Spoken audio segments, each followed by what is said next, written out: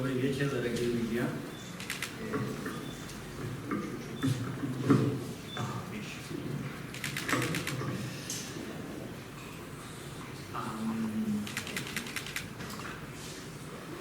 Solo para saber, ¿cuántos hablan español? Y tenemos la traducción simultánea. Sí, sí, perfecto. Muy bien. Buenas tardes, soy Eduardo Villegas y tengo el honor de representar a México en este enorme país desde hace 2 años, 8 meses y 7 días. Y en este tiempo que he vivido aquí con mi esposa, he llegado a entender, a observar diferentes diferencias entre México, entre mi cultura, mi país y lo que sucede en esta zona del mundo. Y el objetivo de esta presentación es compartir con ustedes algunas de estas impresiones. Solo que antes de hablar de ellas, quisiera hacer una pequeña observación, que es desde dónde estoy yo hablando. Digo, no físicamente que estoy aquí, sino cuál es mi punto de partida. Y bueno, decía yo que tengo el honor de ser el representante de México, la voz de México, los oídos de México en Moscú y en Rusia. Y esto normalmente se asocia con la diplomacia. No voy a hacer toda una lección acerca de lo que es la diplomacia o cómo se entiende la diplomacia, solo que, bueno, una parte de lo que implica la diplomacia son los cócteles. Pero bueno, no solamente asistir a muchos cócteles a los que nos invita la Biblioteca de Literatura Extranjera, a la que nos invita el gobierno de Moscú, a la que nos invitan muchas embajadas, sino que hay muchas otras actividades. Pero hoy que estamos en este lugar, y como soy un diplomático y tengo ya 2 años, 8 meses y 7 días en este lugar, quisiera comenzar esta lección agradeciendo al gobierno de Moscú y agradeciendo a la Biblioteca de Literatura Extranjera, pues las facilidades para esta lección y las facilidades para mostrar en este día un poquito de México. Y por eso, como especial agradecimiento, traje un libro que le quiero donar a la biblioteca.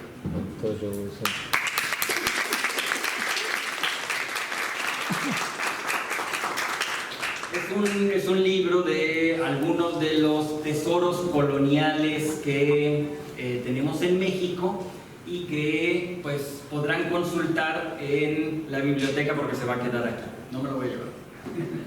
Lo dejo por aquí, porque se me perdió Miguel. Bueno, decía yo, hay algunas limitaciones que quiero señalar acerca de lo que voy a discutir, de lo que voy a compartir con ustedes en los siguientes minutos. 1. Se trata de algunas observaciones aisladas y no de un estudio científico, porque finalmente el trabajo que tengo, además de aprender la lengua rusa, además de atender a mi esposa que está embarazada, además de dirigir la embajada y todos los problemas internos, además de asistir a cócteles, bueno, pues el conocer un poco de la cultura y de lo que sucede en el país es una de las actividades. Por eso son observaciones aisladas.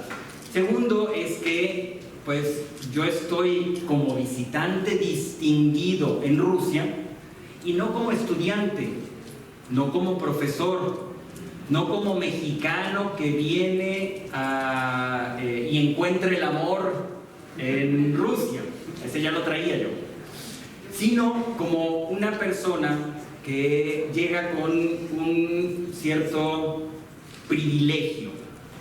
Y esto es importante porque el tipo de interacción que yo como embajador tengo es muy distinto a la interacción con la cultura rusa que tiene un estudiante o que tiene un turista que viene 15 días. Entonces, esto es importante porque finalmente mi contacto con la cultura rusa es a ese nivel. Y es un contacto en mucho sentido con las autoridades, por ejemplo, con la directora de la Casa de América Latina que está aquí con nosotros también.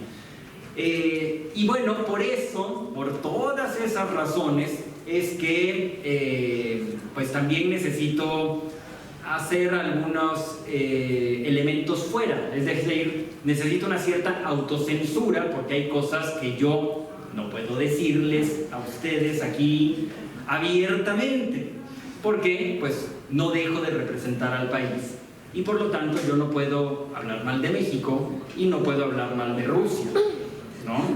Estamos de acuerdo, ¿no? Entonces, tomando todo esto en consideración, es que voy a plantear cinco pequeños ámbitos en donde encuentro yo algunas diferencias entre lo que ha sido mi vida en México y lo que encuentro en Rusia, insisto, con las limitaciones que pues ya he mencionado. Entonces, quisiera empezar por el más evidente de los elementos que distinguen a México y Rusia. México es un país de poco más de 130 millones de habitantes. Rusia tiene alrededor de 144. Entonces, en cuanto a población, somos muy parecidos. Y también somos parecidos en cuanto a la presencia de lenguas originarias. En México hay 68 y en Rusia son alrededor de 140, por ahí así, ¿no? Entonces, esta presencia de las lenguas originarias no quita que tengamos una lengua nacional. En México es el español, en Rusia es el ruso. Y ahí es en donde, por supuesto, que empiezan a surgir algunos elementos que nos hacen distintos. Cuando es verano, mi esposa insiste en que nosotros tenemos que ir a la playa. Y entonces, cuando nosotros decimos vamos a la playa, pues pensamos en algo así, ¿no? O sea, pensamos en Acapulco, pensamos en Tulum, pensamos en Huatulco, pensamos en alguna de estas playas que significa para nosotros, 1, arena suave, 2, agua caliente, y aquí cuando salimos con amigos, por ejemplo, a andar en bicicleta, vamos a la orilla del río Moscú y hay unos bonitos letreros que dicen plage, playa, ¿no?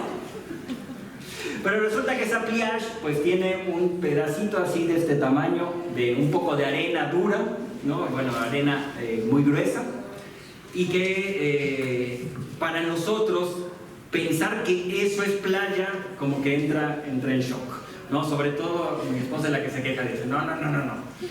Entonces, porque me dice, tenemos que ir a la playa. Sí, claro, ya hemos ido 5 veces este año a la plage en el río Moscú. Bueno,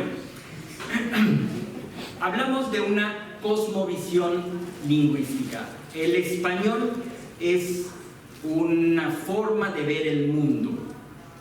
Una forma de ver el mundo que es peculiar en México en su español, que lo ve distinto el español que vive en España y los argentinos que también hablan español, o los chilenos, o los peruanos, que hablamos una misma lengua y sin embargo vemos el mundo de maneras distintas. En México, por supuesto, también dentro de México hay maneras distintas de ver las cosas, como en Rusia hay maneras distintas de ver la vida, a pesar de que hablen ruso en Moscú, pues no es lo mismo el ruso que vive en la región más apartada de Chukotka. Son muy distintos. Entonces, a pesar de estas diferencias internas, también hay una diferencia entre las lenguas en ruso y en español. Lo primero y más complicado para todos los extranjeros cuando llegan a este país o de alguna manera deben entrar en contacto con la gente en este país es la necesidad de aprender gramática. Porque, bueno, por supuesto, pasamos por la escuela primaria, secundaria y aprendimos gramática. Pero la mayoría de la gente en México conoce la gramática pues asociada al español y a veces solo de manera superficial. Pero no conocen estas cosas horrorosas que se llaman los casos o las declinaciones, las acanchani, como le dicen aquí, ¿no? Entonces, el tener que aprender específicamente para qué y cómo funcionan las diferentes terminaciones de las palabras puede hacer cortocircuito para muchas personas. Yo tuve la fortuna de dedicar alguna parte de mi tiempo en la universidad, ¿no? No tenía nada que hacer, entonces me puse a aprender griego, latín, alemán y bueno, las declinaciones no me eran ajenas y aún así aprender el universo gramatical de la lengua rusa es sin duda algo que nos hace separarnos. Ahora, dentro de estas categorías gramáticas que nos diferencian, sin duda los énfasis que pone una lengua son distintos a los que pone otra lengua. Y en ruso es algo que llama la atención para alguien que no es Ruski Gavariachi, es que tienen una particular obsesión por cómo y por qué se mueven las cosas. Y por eso tienen libros especiales para aprender los verbos de movimiento y cómo funcionan.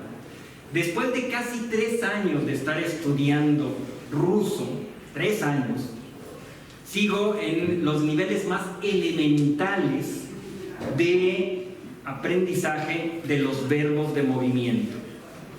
Porque para quien no está en el universo simbólico del ruso, de la lengua rusa, resulta sumamente retador el poder entender cómo y por qué funcionan ir y venir de las cosas, que no es lo mismo si nada más vas o si vas a ir y vas a regresar, y eso si lo hiciste una vez o varias veces.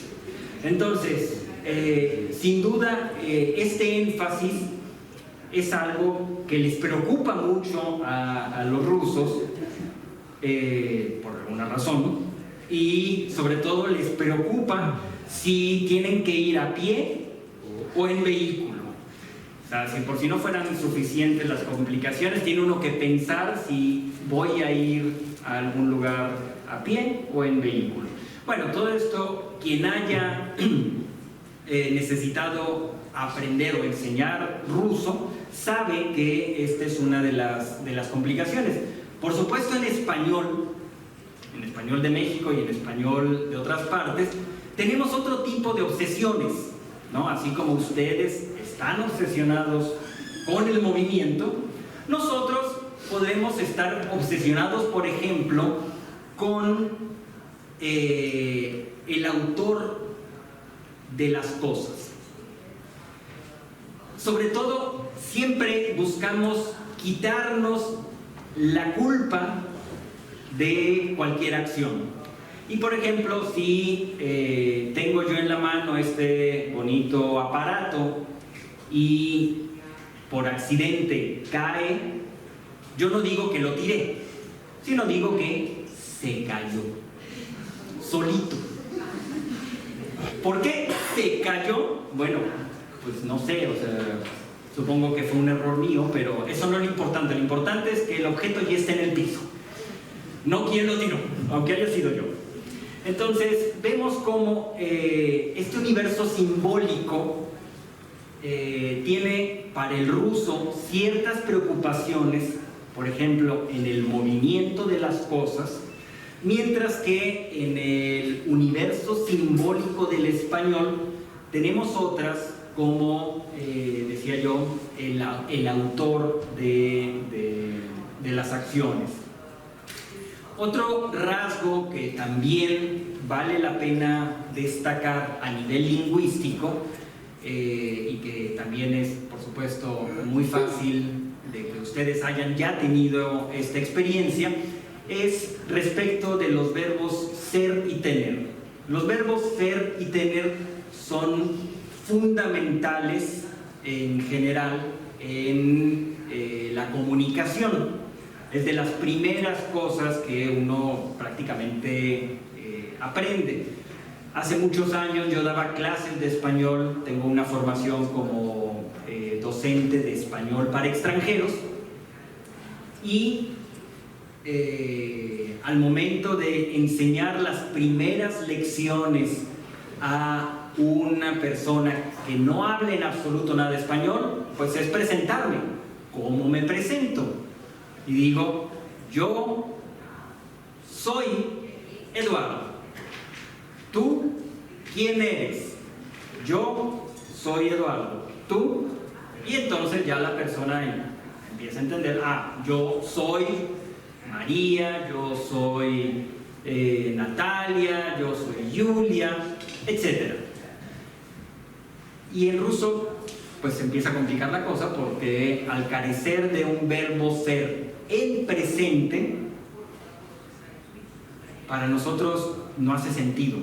Yo, Eduardo, bueno, sí, pero a mí me suena como si no supiera hablar ruso y yo ya estoy aprendiendo a hablar ruso. Por lo tanto, me falta algo. O sea, ya. Eduardo.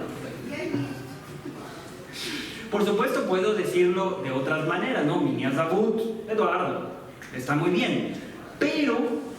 Pero el verbo ser, a pesar de que uno interioriza cuando está aprendiendo ruso, interioriza que el verbo ser en presente no es necesario, es más, de hecho no lo vas a ocupar, lo puedes ocupar en pasado, ¿no? Ya view, o en futuro ya budu, pero en presente no. Entonces, a pesar de que uno interioriza esto, siempre, en todo momento, cuando hablo o cuando escucho incluso a otros hispanohablantes hablar, como que en todo momento quieres decir el verbo que te hace falta, ¿no? El verbo ser. Lo cual es peor todavía con el verbo tener, porque una de las cuestiones que me llamó la atención al momento de estar aprendiendo ruso es que las personas tienen, pero las cosas no tienen. Y yo, ¿cómo? O sea, ¿cómo que las cosas no tienen? O sea, digamos, yo tengo, qué sé yo, ojos, ¿no? Y lo puedo decir en ruso, pero resulta que el coche no tiene llantas, sino que las cosas están dentro de las cosas. Es decir, una institución no es que tenga salones, un edificio no es que tenga habitaciones, sino que en el edificio hay tantas habitaciones. Porque de esa manera es como en ruso se debe expresar el asunto para mí complicado de tener. Y insisto, esto es por la cosmovisión que implica la lengua.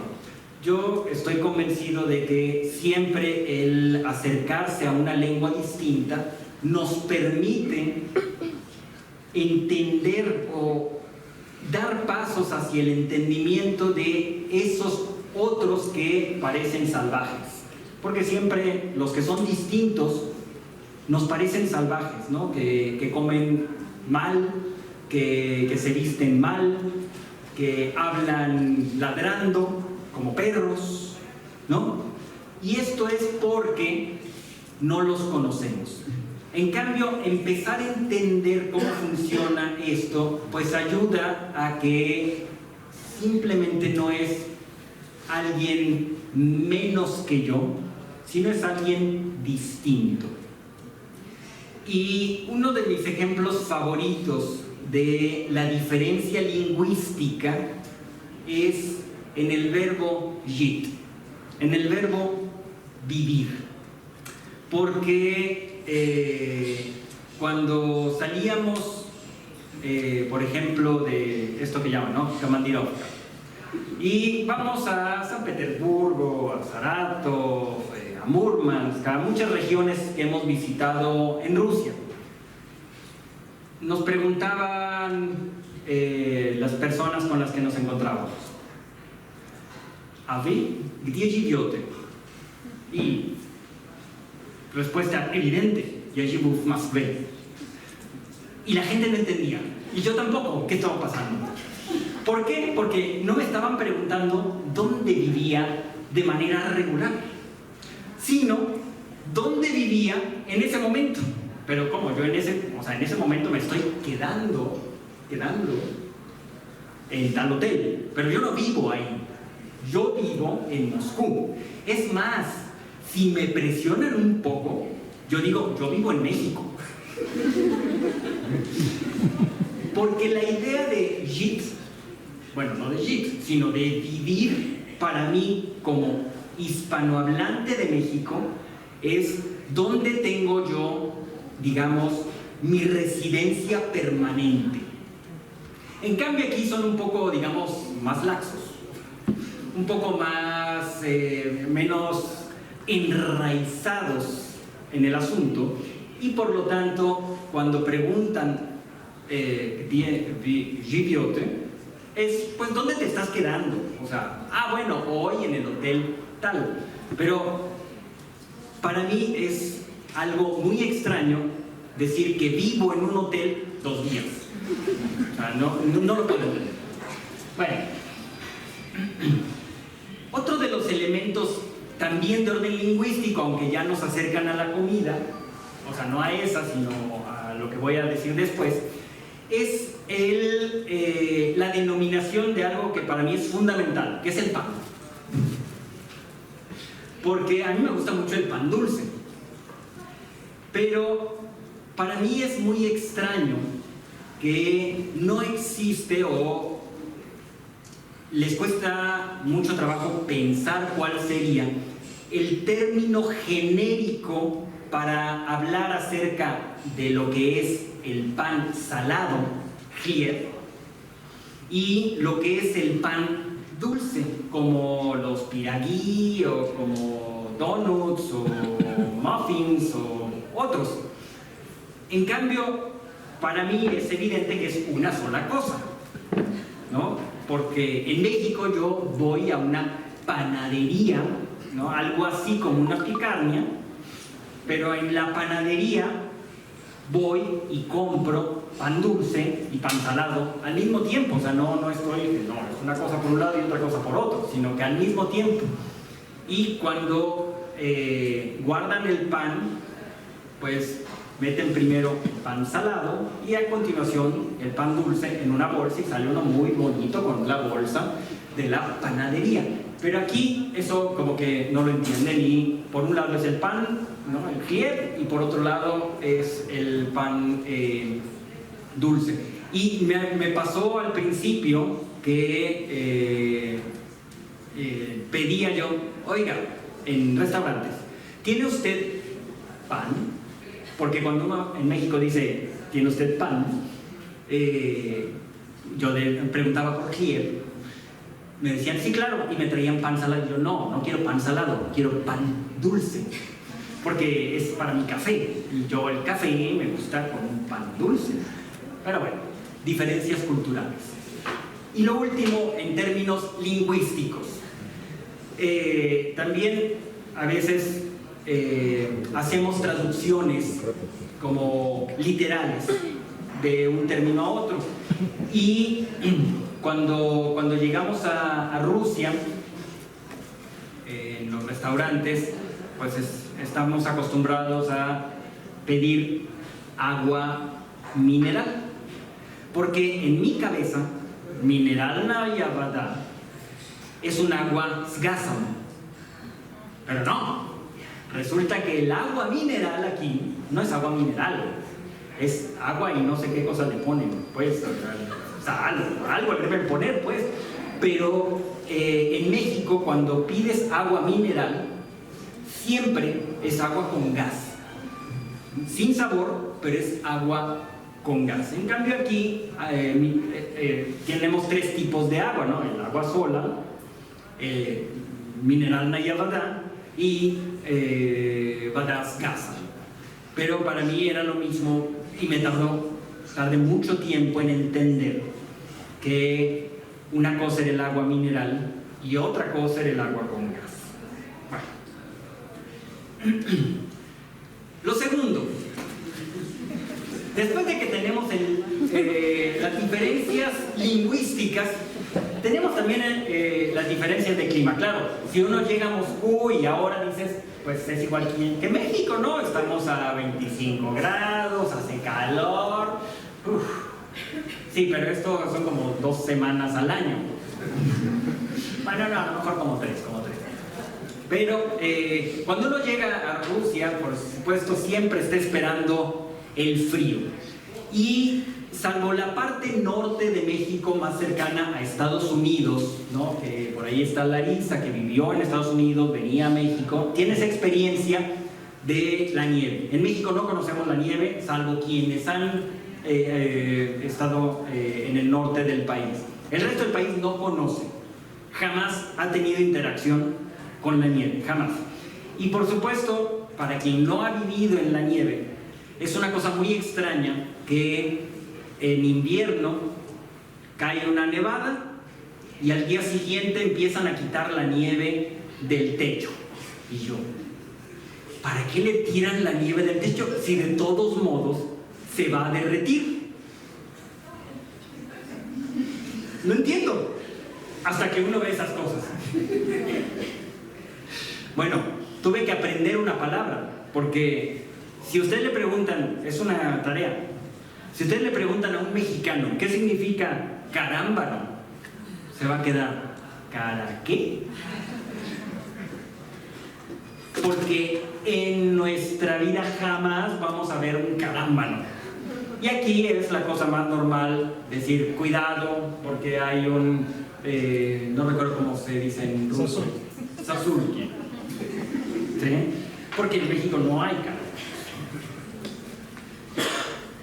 Bueno, por supuesto, la nieve es parte de su cotidianidad, cosa que para alguien que viene de un país tropical es algo que tarda tiempo, pueden ser meses, pueden ser quizás años, en interiorizar que la nieve está ahí y que la nieve llegó y que no se va a ir en mucho tiempo, ¿no? O sea, que va a durar 3, 4, 5, 6, 7, 8 meses y bueno, ya se va y enseguida regresa.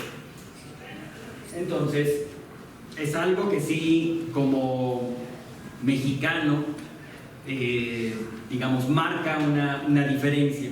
Sobre todo porque ustedes distinguen entre tipos de nieve. Que uno, que es un ignorante en los tópicos de las nieves, pues no conoce que hay una nieve que es sucia y una nieve que es limpia, ¿no? Por ejemplo, de las primeras veces en Moscú, ¿no?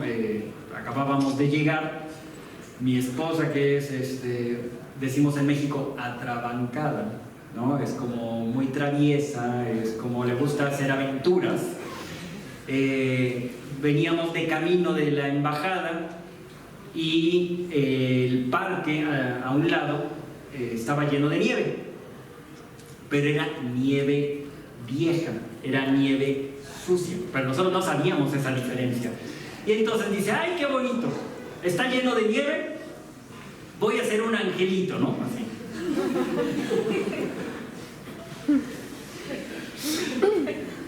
Se tira en la nieve, hace un angelito, pero queda toda sucia ella porque era nieve sucia, porque no sabíamos distinguir. Y esto es algo que tardamos tiempo en entender cuál era la nieve que, por ejemplo, sí se puede hacer para bolas, para aventarse, etc., ¿no? Porque se necesita la experiencia. Lo mismo que con los deportes, ¿no? Me invitan un día a nuestros cócteles en un resort y nos dicen, vamos a tener deportes de invierno. ¿Cuál practican ustedes? Ping-pong. No, bueno, es que tenemos para caminar con esquís, porque pues en la escuela practicaban con esquís, ¿no? Yo, ¿con qué? Porque pues, en México, como no tenemos nieve, por lo tanto no hay deportes de nieve como patinaje, como esquiar, ¿no?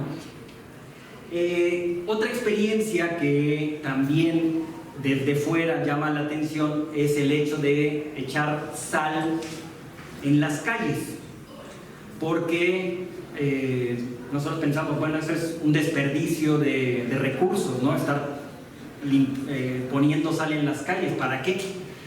Hasta que te caes. Dices, por aquí no pusieron sal. Porque para nosotros es una cosa muy extraña el hecho de tener que colocar este mineral, ¿no? Y lo otro es siempre la falta de vitamina D. Cuando vienes de un país que tiene 80% del año hay sol, 80-85% del año hay sol, es decir, te hace falta vitamina D. ¿Cómo? ¿Por qué? Pero aquí llegamos y un mes y medio después nos hacemos un test de sangre solamente para como control anual y nos dicen, están ustedes a punto de la anemia. Porque tienen falta de vitamina D. Y mi esposa, que era la que yo le decía, hay que tomar vitamina, le decía, no. ¿Por qué? Pues somos así como los celulares, ¿no? Que te cargas y pues estás cargado y duras un buen rato, ¿no? Pues no, resulta que la vitamina D se va muy rápido y necesitas tomar pastillas. Entonces, esta idea de tener que tomar un multivitamínico o una vitamina especial por las condiciones climáticas es algo que llama la atención. Lo mismo nos llama la atención el hecho de las máquinas que limpian las calles. Como en México llueve constantemente, digo, sobre todo el centro del país, pero en muchas partes hay algunas que son más secas, pero en general llueve, y en los lugares en donde no llueve no hay agua y por lo tanto no la utilizan para lavar las calles. El que aquí laven las calles constantemente, sí, como que nos quedamos con los ojos muy abiertos. Sobre la cuestión del frío también es un tema, la calefacción. porque incluso en las casas más lujosas en México no se acostumbra el aislamiento térmico. Y aquí las casas, incluso las más pobres, deben estar aisladas térmicamente por el clima extremo. Y eso hace que existan, digamos, elementos de diferencia, como esa palabra que describe el... ¿cómo es? ¿Padonic? No. Padaconic. El Padaconic. Cuando me dijeron, ¿cómo se llama eso? Yo, no sé, o sea, ventana. Porque en México no existen, y los que existen no les prestamos atención porque los ponemos en macetas o... Vamos, no es parte de nuestra vida el tener estas repisas que después me enteré en España son la más común porque también tienen calefacción y que es el alféizar, ¿no? O el padacón. Bueno, esto es lo que implica, digamos, algunas de las diferencias que nosotros encontramos en términos del clima. Pero ahora vamos con una de las que más nos duele, que es la comida. Por supuesto, aquí vemos un típico plato ruso con, ¿cómo se llama esta hierba? ¿Cómo? Ukrop. Con ukrop y la infaltable smietana, la crema ácida. Que ustedes le ponen crema ácida al borscht, a los draniki, al pilmieni y a lo que se ponga enfrente. Cosa que para mí era muy raro porque siempre en los restaurantes llegaban y ponían el smietana y yo, ¿quién le pidió la smietana? Porque es lo más común el que la smietana se agregue a cualquier platillo en Rusia, sea dulce o sea salado. Bueno, nosotros en realidad utilizamos los limones. Y le ponemos limón a todo, ¿no? Le ponemos limón a la carne, le ponemos limón al pescado, le ponemos limón a la fruta, vamos, a la sopa, a todo. Y cuando vamos a los restaurantes les decimos, quiero un lime, ¿no? Porque ya sabemos que lime, limón, bueno, etc. Ya, esto lo conozco. Pero, quiero un lime, pedazo de limón.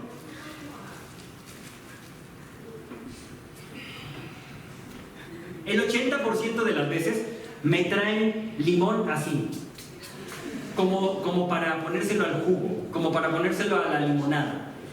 Y yo no, o sea, no es para el té, es para exprimir. Pero como que no entienden que yo el limón, lime, lo voy a utilizar para agregarlo a mis alimentos. Y esa es una diferencia importante porque los meseros no entienden qué voy a hacer yo. O sea, incluso vienen, exactamente qué quiere usted hacer. Se lo voy a poner a mi sopa.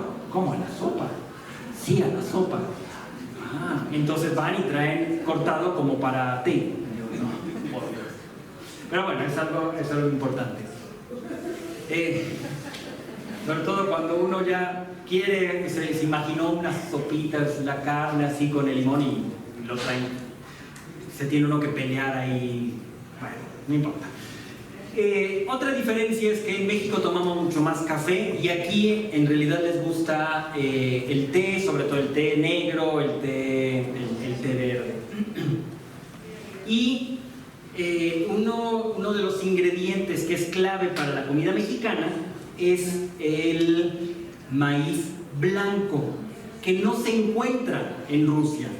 No hay maíz blanco en Rusia, ni siquiera la tienda Misión, que produce tortillas, que es mexicana, que en Estados Unidos produce cientos de millones de tortillas al año, ni siquiera ellos tienen maíz blanco. Solamente conocen ustedes en Rusia el maíz amarillo, que es dulce. Y nosotros comemos el maíz blanco en muchas presentaciones.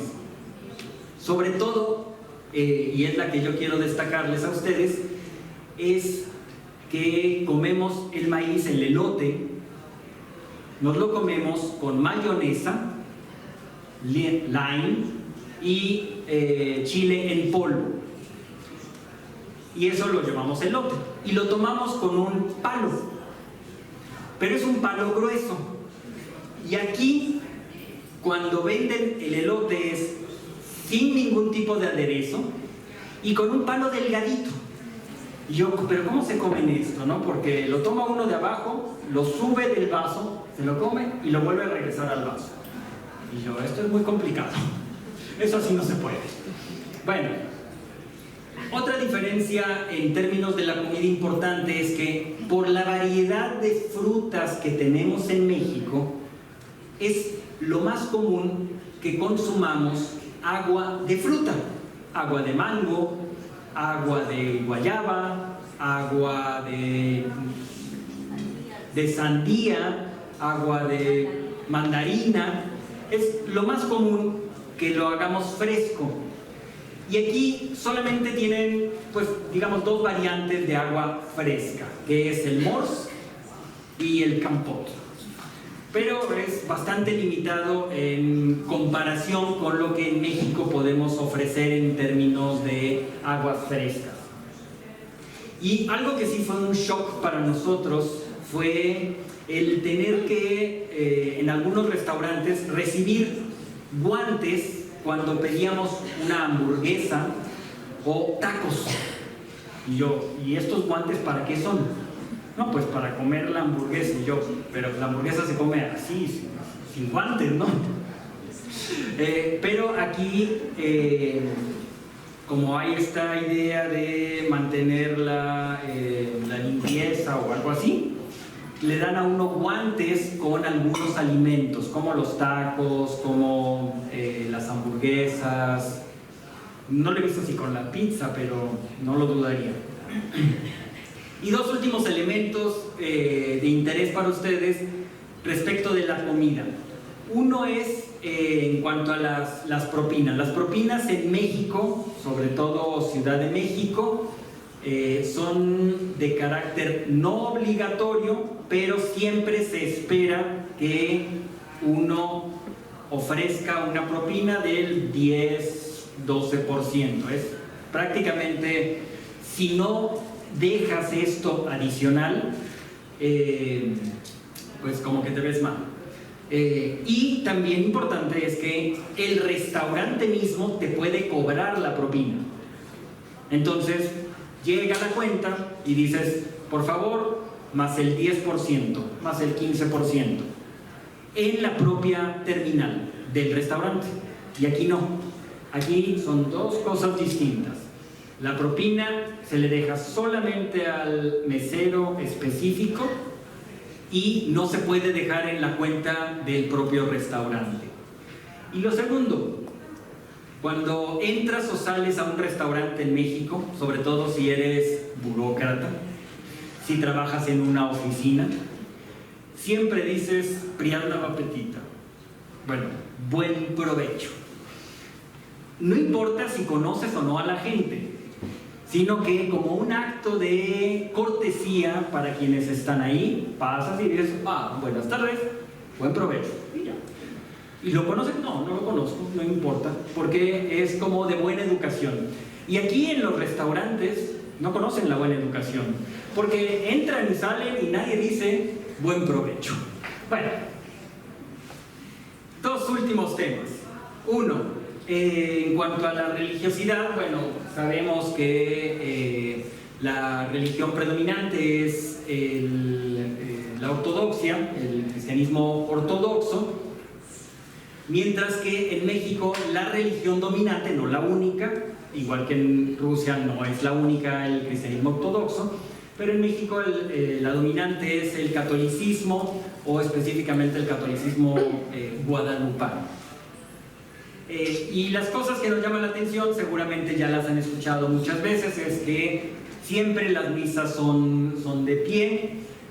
Algo que fue también de mucho llamarnos la atención es que las bodas, ¿no? Incluso en las películas, en las telenovelas famosas de México, siempre el momento cumbre es cuando en la boda religiosa la novia y el novio dicen sí, acepto. Y fuimos a una boda religiosa y en ningún momento ni hubo sermón, ni les preguntaron a los novios si se querían casar, sino que ya dijeron, ya están aquí, ya no hay vuelta atrás. En cambio, bueno, para nosotros sí es como un momento importante el que todavía tienes los últimos minutos para arrepentirte. Aquí no, aquí ya no se pueden arrepentir. Luego, algo que tampoco es común en México es que se vendan artículos religiosos al interior de la iglesia. Normalmente la venta de artículos religiosos en México es afuera de la iglesia, a un lado de la iglesia, pero no en el espacio que se considera sagrado. Y aquí, por las condiciones climáticas, pues ni modo de que tener a la pobre gente afuera vendiendo las cosas, tiene que estar también en el espacio donde hay calorcito, ¿no? Entonces por eso es que se hace la venta al interior. El que se besen los íconos, el que haya un acercamiento específico hacia ese tipo de imágenes religiosas, tampoco se da en México. En México tenemos adoración de algunas imágenes bajo otros mecanismos, digamos, psicológicos, pero no el acercarse y besar como tal la imagen. Y algo que en términos de religiosidad también es digno de atención es que no hay procesiones, o por lo menos son muy muy raras, mientras que en México con cualquier pretexto hay una procesión religiosa. La más importante es el 12 de diciembre, que es el Día de la Virgen de Guadalupe. Esa es la procesión más importante de México, 12 de diciembre. Se calcula que hay años en que llegan alrededor de 9 millones de visitantes con motivo de el Día de la Virgen de Guadalupe, 12 de diciembre. 9 millones, imagínense, es un mundo de gente. Y aquí, por lo menos en lo que hemos podido ver, no hay ese tipo de salir a la calle digamos, con un ícono o con algún tipo de expresión religiosa, o son muy muy raras, quizá también influidos por el clima. Y desde nuestra perspectiva, si ustedes han visto Coco o Taina Coco, ¿quién vio aquí Taina Coco? Bueno, más o menos. Si no, pueden verla, hay elementos interesantes de esta caricatura. Lo que llama la atención cuando uno compara cómo es la relación con la muerte es justo el elemento de la festividad de los muertos. Por supuesto, nosotros no estamos contentos de que nuestros seres queridos mueran, pero posteriormente buscamos recordarlos. Pero al momento de la separación, ¿no? Tuvimos lamentablemente una muerte en la embajada, murió un trabajador de la embajada, pues, asistimos a su funeral, y me llama la atención el hecho de que en Rusia, como en muchas otras partes, pero en México no, hay una confianza absoluta en los servicios funerarios. En México somos muy desconfiados y queremos asegurarnos todo el tiempo estar junto a la persona que murió, desde que murió y hasta que está en la tierra. Todo el tiempo los acompañamos. En cambio aquí dicen, bueno, murió, hay que llevarlo a la morgue, ahí se queda, luego lo traemos al servicio religioso y luego se lo llevan para el entierro, para cremar. Nosotros no, nosotros todo el tiempo queremos estar con la persona que murió. Y ese es otro elemento que nos distingue. Por último, para alguien que viene de un país donde las reparaciones de todo tipo, eléctricas, de zapatos, de sastres, o sea, de todo tipo, son muy baratas y tienen en general mucha calidad, llaves, ¿no?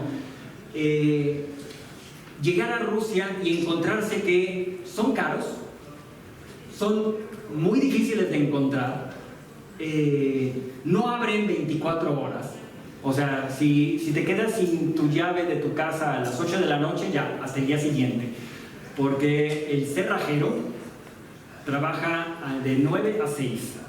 ¿Y cómo? O sea, en México en todos lados encuentras un cerrajero 24 horas, que incluso trabaja el fin de semana. Pero aquí no, porque es otra la concepción y tienen su dombrita, su como, no sé, casa de reparaciones multiusos, que es muy raro que un electricista sepa reparar zapatos. Y yo, ¿cómo? O sea, una cosa es un zapatero y otra cosa es un electricista, pero aquí la misma persona hace de todo un poco. Y dije, ok, bueno, está bien. Elementos sociales que son dignos de destacar. Uno es las supersticiones. Por supuesto, en México tenemos muchos tipos de supersticiones, ¿no?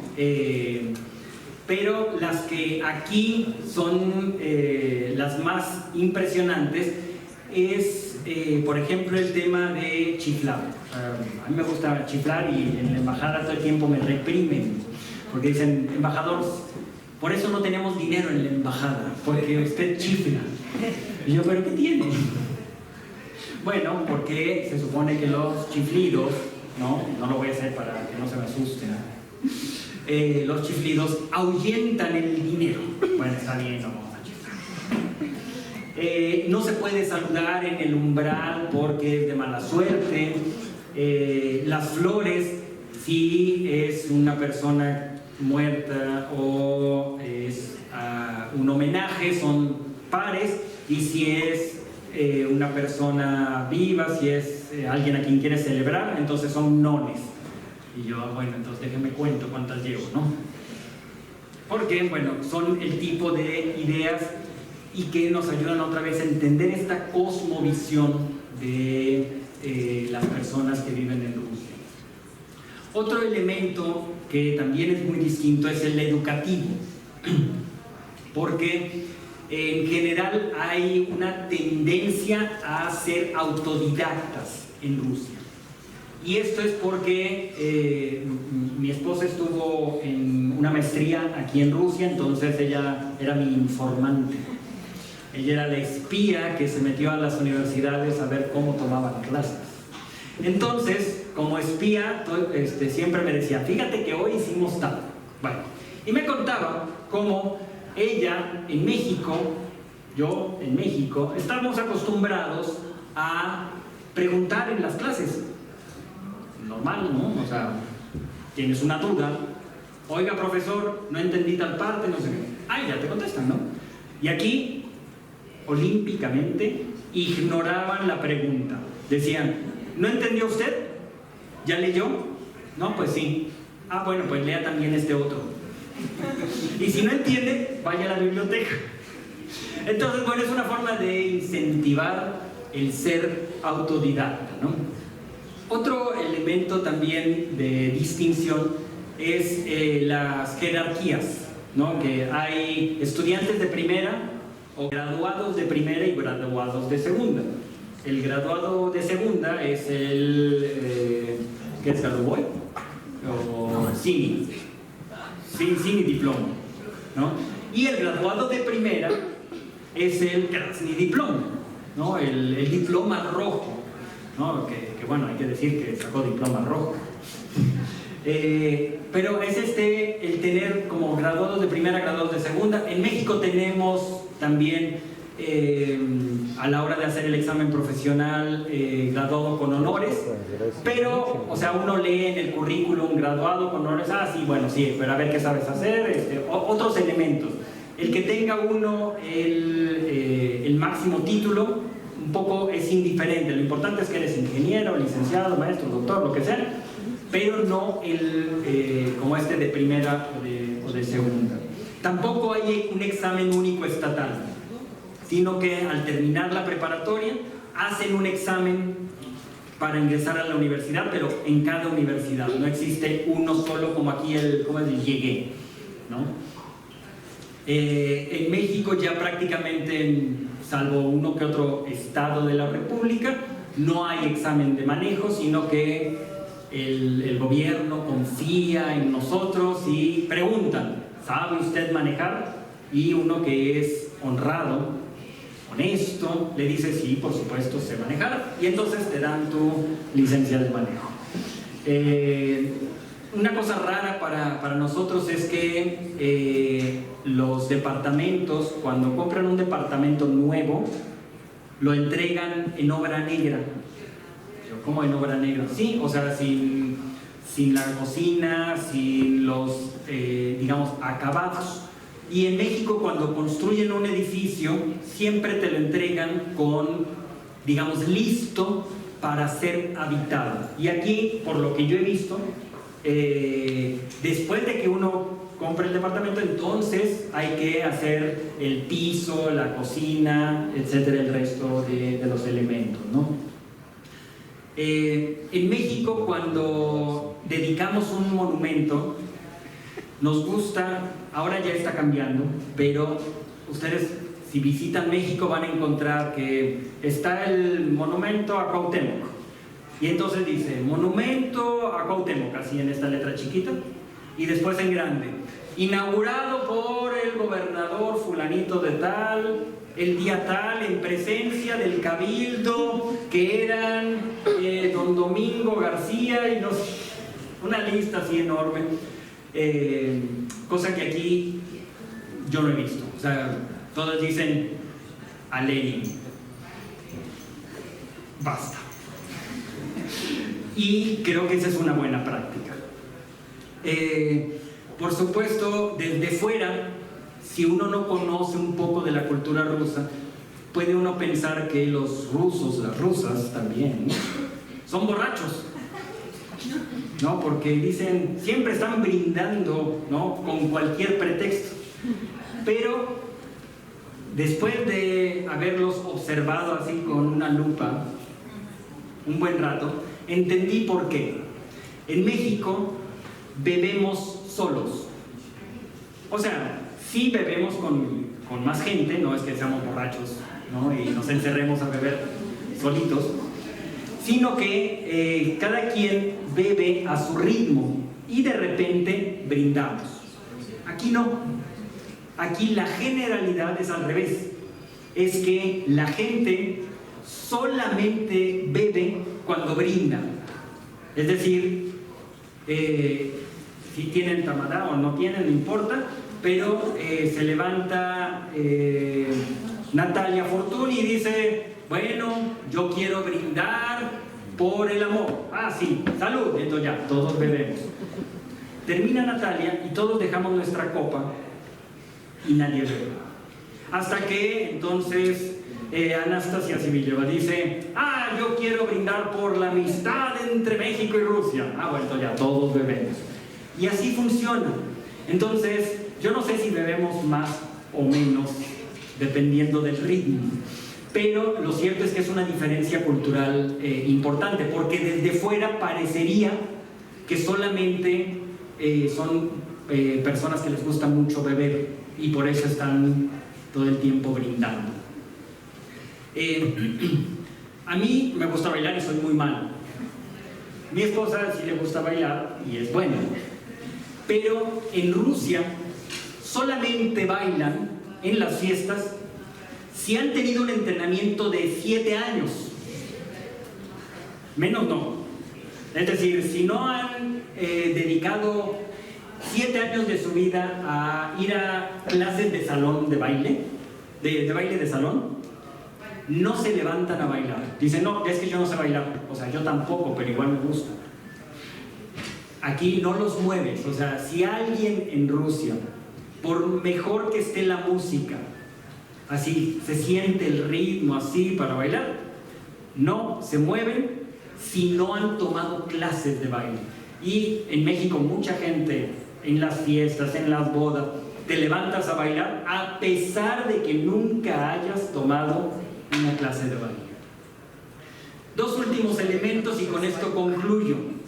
Uno es que el 8 de marzo, en este lugar, en este país, cuando llegamos, dije, bueno, hay que poner cartones, maderas en la embajada por el 8 de marzo, ¿no? Por si llega la manifestación. Dicen, ¿cómo por qué? No, pues no hay protesta social ese día. No, o sea, vamos a regalar chocolates y flores. Ok. Sí, es un poco distinto, porque en México sigue existiendo una fuerte presión social para que las mujeres tengan todos sus derechos. Por supuesto, en términos formales los tienen. Tan es así que nuestro máximo dirigente es una mujer. Es la señora doctora Claudia Sheinbaum Pardo. Sin embargo, aún así, cada 8 de marzo hay manifestaciones muy fuertes, a veces con violencia. Y aquí no, aquí en lugar de ser un día de protesta, es un día en donde se regalan chocolates y flores. Y lo último es que en México el himno nacional lo aprendemos desde que estamos en primaria, los lunes cantamos el himno nacional y con cualquier pretexto cantamos el himno nacional. Y es un momento siempre solemne, siempre. Y aquí cantar el himno de Rusia también es un elemento solemne, también es un momento que requiere su espacio. Sin embargo, es muy raro, pero muy raro, que la gente lo cante. Puedo entender que el himno en realidad tiene apenas 25 años, ¿no? Porque es el presidente Putin quien firma el decreto con la nueva letra. Sin embargo, sí llama la atención que en los muchísimos cócteles en los que he tomado parte y en las actividades oficiales, cuando se toque el himno de Rusia, los representantes de Rusia no lo cantan.